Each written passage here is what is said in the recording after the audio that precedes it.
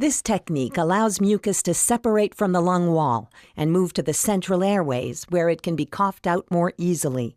Doing this helps you to conserve energy when clearing mucus.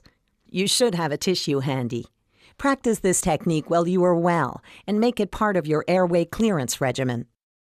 Sit up straight in a chair. Tilt chin slightly up to open your mouth and airway. Take a slow, deep breath in to fill your lungs 3/4 full. Hold your breath for 2 to 5 seconds. Exhale forcefully but slowly, like fogging up a mirror. As you exhale, you will hear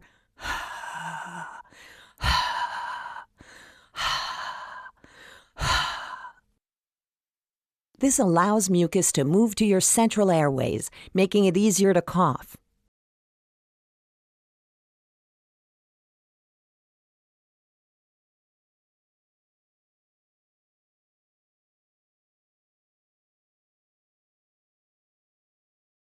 Follow this with 1 or 2 strong coughs to clear the mucus from your lungs. Cough the mucus into a tissue and dispose of it.